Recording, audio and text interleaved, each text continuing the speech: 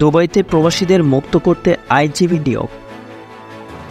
বাংলাদেশের বৈষম্য বিরোধী আন্দোলনের সময় সংঘটিত হত্যার প্রতিবাদে দুবাইতে বিক্ষোভ করায় সংযুক্ত আরব আমিরাতে বিভিন্ন মেয়াদে ৫৭ জন প্রবাসী বাংলাদেশিকে কারাদণ্ড দেওয়া হয়। তাদের মুক্তির জন্য আইনজীবী ওলার আফরিনকে নিয়োগ দিচ্ছেন সরকার। আজ সোমবার ১২ August mission chief Mohammad Mizanur Rahman স্বাক্ষরিত এক নোটিশের মাধ্যমে এ তথ্য জানা যায়। এ বিষয়ে আইনজীবী ওলার আরফিনকে সাহায্য করবে সংযুক্ত আরব আমিরাতের দূতাবাস। তবে দণ্ডপ্রাপ্ত ৫৭ জন প্রবাসী বাংলাদেশিদের আইনি সহায়তা দিচ্ছে ফ্লাড নামক একটি সংস্থা। ফ্লাডের আইন ও গবেষণা বিভাগের পরিচালক ব্যারিস্টার কাজী মারুফুল আলম জানান, এই শ্রমিকদের জন্য আইনি সহায়তা প্রদানের সময় আমরা জানতে পারি যে এসব শ্রমিকের কেউই ওই দেশের আইন সম্পর্কে অবগত নয়।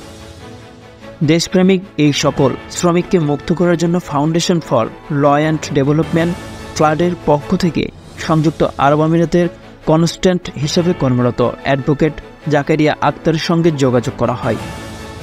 তিনি ফ্লাডের সঙ্গে সংযুক্ত হয়ে প্রবাসীদের মুক্ত করার বিষয়ে বাংলাদেশ দূতাবাসে যোগাযোগ করেন।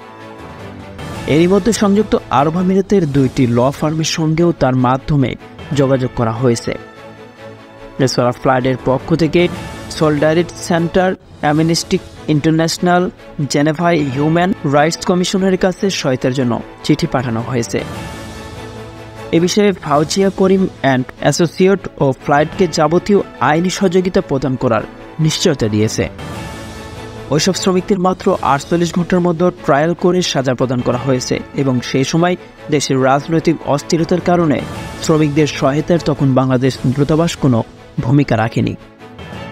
বর্তমানে ওইসব শ্রমিকদের সহায়তার জন্য অ্যাডভোকেট জাকিয়া আক্তার বাংলাদেশ দূতাবাসের কাছে শ্রমিকদের বিরুদ্ধে করা মামলার নম্বর জানতে চাইলে তারা জানান যে তারা অগ্রাধিকার ভিত্তিতে এই বিষয়ে কাজ করেছেন, কিন্তু শ্রমিকদের মুক্তির ব্যাপারে কোনো দৃশ্যমান ফল এখনও চোখে পড়েনি।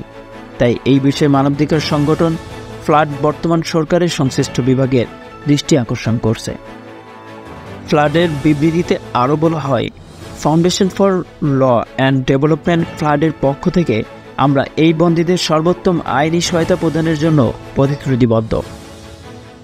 আপনি যদি পরিবারের সদস্য হন বা তাদের সঙ্গে সম্পৃক্ত কাউকে চেনেন, তবে অনুগ্রহ করে আমাদের সঙ্গে যোগাযোগ করুন। আমরা এই চ্যালেঞ্জিং সময়ে তাদের পাশে আছি। তাদের ন্যায় বিচার নিশ্চিত করতে আমরা দৃঢ় প্রতিজ্ঞ। সংবাদের এ পর্যন্তই। পরবর্তী নিউজ আপডেট পেতে আমাদের সাথেই থাকুন। ধন্যবাদ।